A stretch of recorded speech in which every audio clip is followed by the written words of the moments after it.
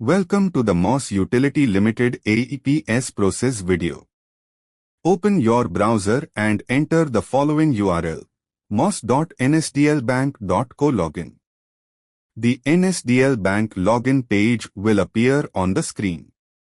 Enter your registered mobile number and password, and click on the login button.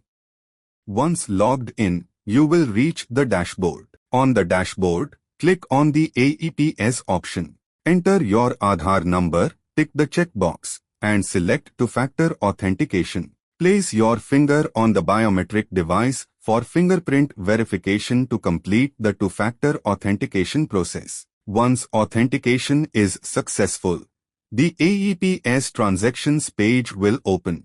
Select your bank name, then enter your Aadhaar number and mobile number. Select the transaction type, enter the amount, tick both checkboxes, and click on the Proceed button.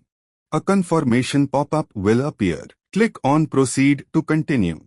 Now place your finger on the biometric device again for transaction verification. Once the fingerprint is verified, the transaction details will appear on the screen. Thank you for choosing MOS Utility Limited services.